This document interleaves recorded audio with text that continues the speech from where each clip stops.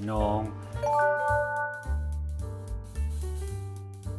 누구나 입냄새는 있어. 우리가 안 좋은 걸 먹고 호흡 배출할 때 대부분이 빠져나가고 배설하는데 피부로도 많은 게 발산되어 나갈 때 몸에 냄새들이 노폐물과 함께 나타날 텐데, 특히 이 입냄새는 입안에는 한 700가지 정도 여러 화합물들이 모여 있는, 온갖 걸 먹고 마시고 드나들기 때문에 냄새의 원상이 될 수밖에 없지. 근데 입냄새가 대부분의 원인이 입 안쪽의 원인이 있대. 한 90%는 입안 냄새가 원인인데, 분석적으로 보면 황화합물이 분해되면서 입안에 세균이 많으니까 혐기성이래요. 공기가 없는 곳에서 사는 이런 세균들이 황이 포함된 단백질을 분해하면 그게 강력한 냄새를 유발하는 황화합물이 된다. 이게 이제 휘발성으로 나타나면서 입냄새가 시작되는 건데, 이게 병적으로도 시작되고 생리적으로도 그러니까 일반적인 냄새가 있고 아파서 또 나타나는 병이 있기 때문에 입냄새는 좀 예민하게 알아볼 필요는 있을 것 같아요. 입안에는 단백질이 분해되면 아미노산이라는 그런 게 있어.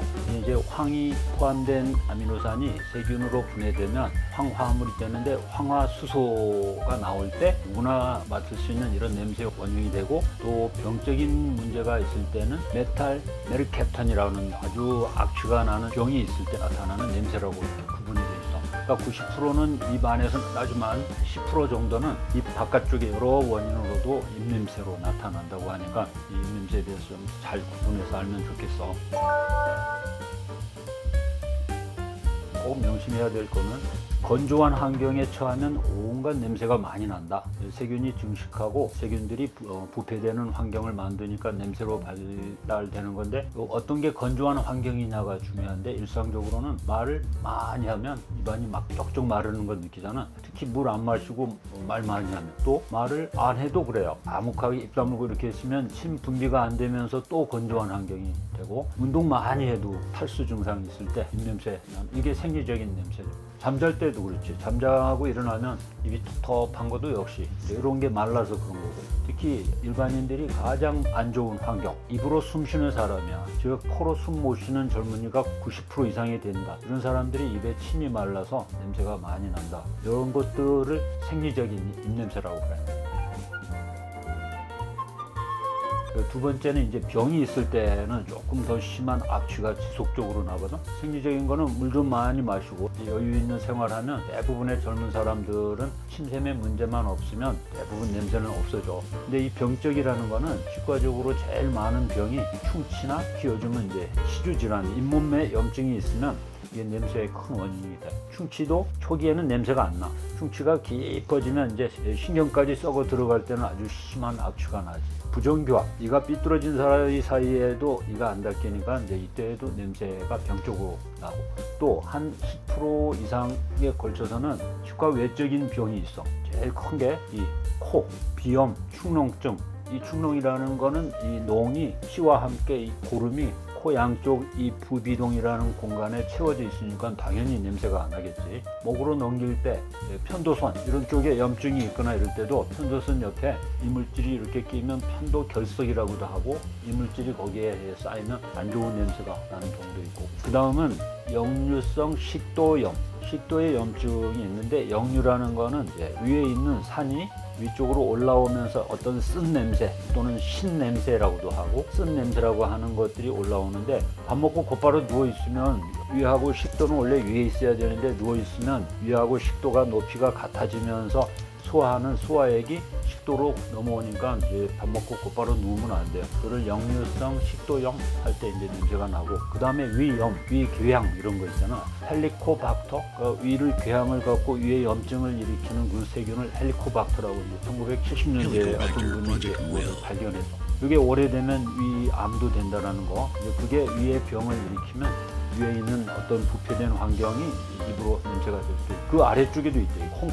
콩팥 기능이 안 좋아도 암모니아 냄새가 나는 사람들이 있어. 배출되는 오줌이나 이 수분 배출에 병이 생기는 게 콩팥에서 걸러주는 기능이 떨어졌을 때 그런 냄새가 난다고. 당뇨가 있는 분들도 이 아세톤 냄새, 이런 시큼한 이런 알코올 냄새, 이런 냄새가 나기도 하니까 전신적인 여러 요인들이 입을 통해서 냄새가 나오고, 이런 걸 병적인 입냄새라고 그렇게 말하지.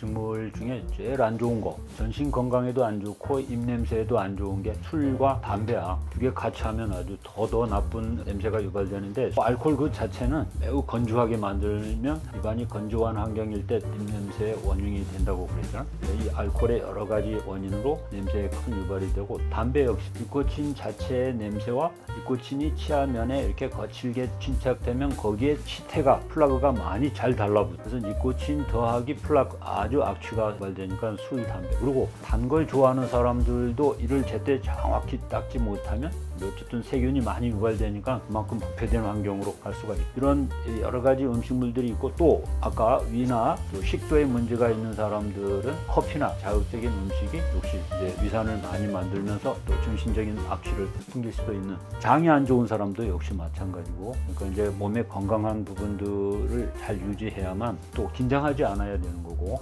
그러니까 릴렉스하고 여러 가지들이 입냄새를 유발하니까 그걸 알고 생활하면 좋겠다. 해결은 일단은 건강한 생활을 해야 되겠지. 아까 여러 입냄새 원인들을 줄일 수 있는 생활을 해야 되는데, 더 정확한 거는 일단 병원에 가서 검진을 정확히 받아봐야, 치과적으로나 전반적인 메디칼적인 문제가 있으면 그 검진을 과학적으로 받고 그 원인을 없애는 치료를 하는 것이 해결법 첫 번째. 몸에 문제가 있으면 이제 일반 병원에 가고, 치과에 중요한 원인이 있으면 치과 치료를 제대로 받는 거, 그게 해결책이 될 수 있겠네요.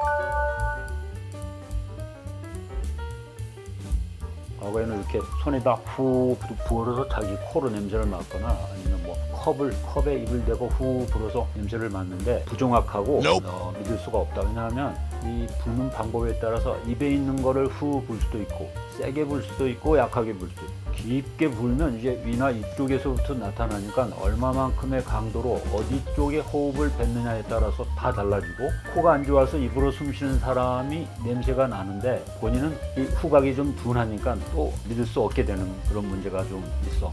손이나 이런 부분에 혀를 해서 뼈에 침을 발라갖고 말려서 이렇게 맡아보는데, 우리 양치질 할 때도 혀 끝보다는 혀 안쪽이 있어. 냄새 유발하는 물질이 주로 여기, 그 부분을 면봉이나 아니면 이렇게 막대기, 나무 젓가락으로 이렇게 긁어서 그 입냄새의 큰 문제가 그쪽 부위에 있어. 그래서 이 닦을 때도 꼭 그 부위를 더 닦아줘요. 쉽게 말해주기 어렵지만 자기한테 가까운 사람과 대화하고 그 사람한테 물어보는 게 아주 좋은 방법이야. 자기 자신은 냄새를 못 맡을 수 있지만 나랑 자주 상대하는 사람, 지인, 가족들한테는 물어보면 너 입냄새 나? 그게 굉장히 좋은 검진 방법. 청정기에 후 불었을 때 무슨 가스가 나오는지를 본다고 하는데, 그거 역시 양이나 부위에 따라서 정확치 않다. 정확히 이게 병적인 냄새냐 아니면 생리적인 냄새냐, 이걸 정확히 판단하는 그런 기구들도 있어. 아까 그 황화 가스나 메타메리케탄이라는 이 화학적인 물질을, 이 가스 물질을 정확하게 구분하는 그런 기구들도 있긴 해. 그건 이제 전문 병원에 가야 할 수 있다. 뭔가가 좋지 않다라면 치과에 가서 아까 여러 병적인 문제 또는 이제 과학적인 문제로 접근하면 더 정확하고, 전신적인 문제는 이제 내과나 이비인후과나 이런 데 가서 또 알아보는 게 좋은 방법일 거예요.